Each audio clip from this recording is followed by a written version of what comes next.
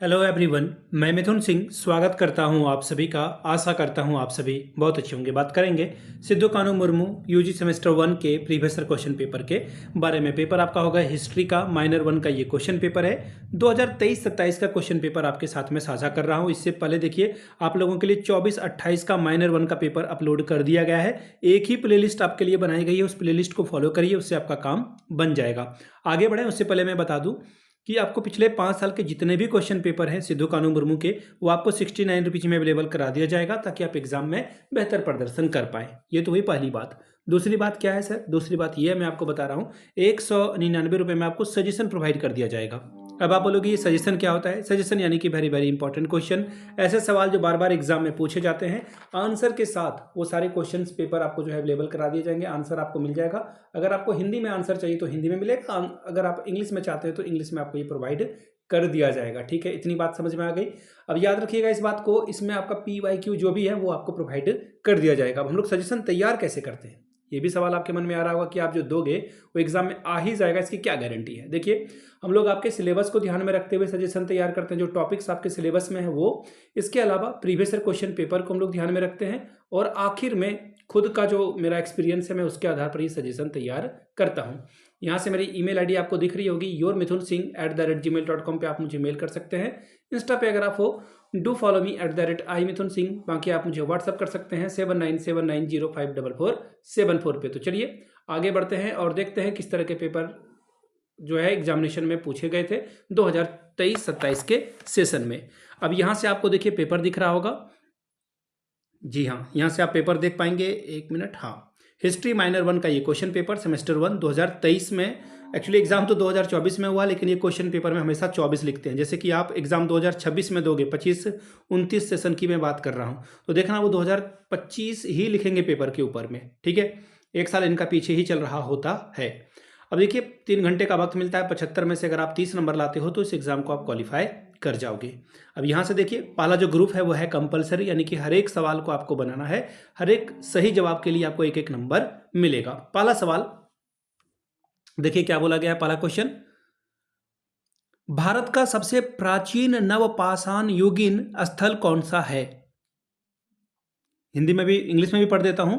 Which was the oldest neolithic site in India? यहां पे बोला गया है, तो देखिए इसका नाम है मेहरगढ़। लिख लीजिएगा आप लोग, पेन पेपर लेकर बैठे आप लोग प्लीज। मेहरगढ़ में ये जो है खोजा गया था। ठीक है, लगभग 7000 ईसा पूर्व का ये है। ठीक है, इसमें प्रमाण वगैरह में क्या मिला है, तो कुछ जो है एग्रीकल्चर के, और इसके अलावा एग्रीकल्चर के अलावा जो है हम लोगों ने जो डोमेस्टिकेशन किया है एनिमल्स का, यानी कि पशुओं को पालने की बात की है, वो आपको यहाँ पे दिखेगा। अगला सवाल देखिए क्या है। हु स्टार्टेड द, एक सेकंड में हिंदी में पहले सवाल पढ़ देता हूं। मोहनजोदड़ो में सभ्यता की खोज के लिए उत्खनन कार्य किसने शुरू कराया? देखिए बात की जा रही है कि जो सिविलाइजेशन है, जो डिस्कवरी की गई थी मोहनजोदड़ो में, वो किसने की थी? ठीक है, तो देखिए मोहनजोदड़ो में सभ्यता की खोज के बारे में अगर मैं बात करूं कि मोहनजोदड़ो में सभ्यता की खोज के लिए उत्खनन कार्य किसने शुरू किया था, तो इस व्यक्ति का नाम ध्यान में रखिएगा, कई बार ये आएगा। RD बनर्जी, यहाँ पे जिन्होंने भी लिखा है आंसर लिखने की कोशिश की है, लेकिन उन्होंने सही ही लिखा है। ठीक है, RD बनर्जी जो है रखाल दास बनर्जी, मैं लिख देता हूँ नाम। ठीक है, आप लोग पूरा लिखें या आधा नाम भी लिखेंगे तो चलेगा, लेकिन मैं पूरा लिख देता हूँ। रखाल दास बनर्जी इनका नाम था। ठीक है, और एक और मैं कहानी समझा देता हूँ, पता नहीं आप लोगों को पता होगा या नहीं, मैं भी जानकर आश्चर्य हो गया था। बनर्जी, मुखर्जी, चटर्जी के बारे में आप सुनते होगे ना, तो बंगाली में इनका नाम चट्टोपाध्याय, बंदोपाध्याय होता था। तो अंग्रेज ना इतना बड़ा नाम ले नहीं पाते थे, चट्टोपाध्याय बोलना उनके लिए बहुत नेक्स्ट टू इम्पॉसिबल था, तो वो उन्होंने जो है इसको चटर्जी कर दिया। वहीं से चटर्जी, बनर्जी, आपको जो है मुखर्जी दिखेगा। समझ रहे मेरी बात को? मैं भी जानकर ये शौक हो गया था। फिलहाल अगले सवाल की ओर हम लोग बढ़ेंगे। What was the name of the contemporary Iranian text of Rigveda? यानी कि ऋग्वेद के समकालीन ईरानी ग्रंथ का नाम क्या है? तो देखिए जैन अवस्था या फिर अवस्था इसे आप कह सकते हो। ठीक है, याद रखिएगा, मैं हिंदी में लिख देता हूं अभी, डोंट वरी अबाउट दैट। मैं हिंदी में जो है इसको लिख दे रहा हूं कि ये क्या कहा गया था। ठीक है, यहां देखिए मतलब भारत में जब ऋग्वेद हो रहा था तो ईरान के समय में, ईरान में जो है उस समय क्या चल रहा था वो आपको जो है पूछा गया है। ठीक है, इस तरह के सवाल जो है कई बार रिपीट होते हैं। खास करके आप लोगों से रिक्वेस्ट है 22-26 वाला सेशन और 24-28 वाला जो क्वेश्चन पेपर है उसे जाकर के जरूर देख ले, ठीक है, नहीं तो फिर दिक्कत आ जाएगी। फिलहाल मैं लिख देता हूं जेड, ठीक है, अवस्था पता नहीं आई मीन पढ़ेंगे कैसे इसे, ठीक है। अगला सवाल देखिए क्या है, next question, who was the 24th Tirthankara of Jainism? Jain धर्म के 24वें तीर्थकर का नाम क्या था? तो महावीरा, बिल्कुल महावीरा, या फिर हिंदी में महावीर बोलें आप, हिंदी में महावीरा इसका सही जवाब होगा। अगला सवाल question number E, during the reason of which ruler Hiuen Tsang came to India?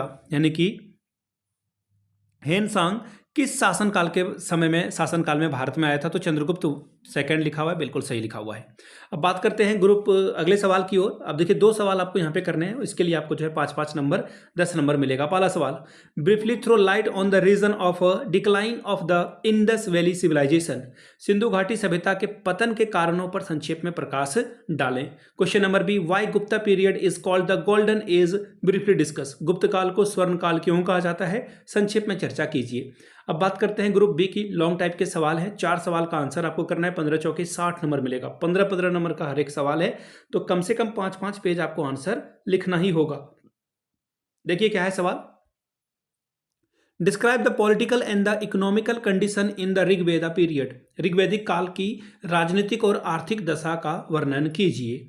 अगला सवाल question number B, discuss the life and the teachings of lord Buddha. भगवान बुद्ध के जीवन और उपदेशों पर चर्चा कीजिए। Question number C, discuss the Ashoka's policy of dhamma. Ashoka की धम्म नीति की विवेचना कीजिए। चौथा सवाल, describe the achievement of Kanishka. Kanishka की जो उपलब्धि है उसके बारे में बात करिए।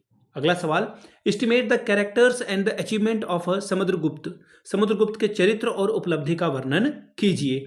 आखिरी सवाल, Harshvardhan was undoubtedly one of the greatest ruler of ancient India, discuss. Harshvardhan निसंदेह प्राचीन भारत के महानतम शासकों में से एक था, इसकी विवेचना कीजिए। तो ये था आपका पेपर हिस्ट्री का माइनर 1 का।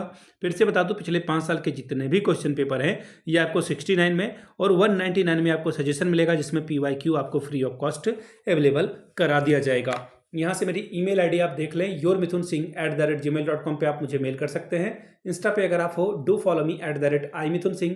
बाकी आप मुझे व्हाट्सअप कर सकते हैं 7979054474 पे। वीडियो को आपने यहाँ तक देखा, प्यार दिया, इसके लिए आप सभी का बहुत बहुत शुक्रिया। Have a good day.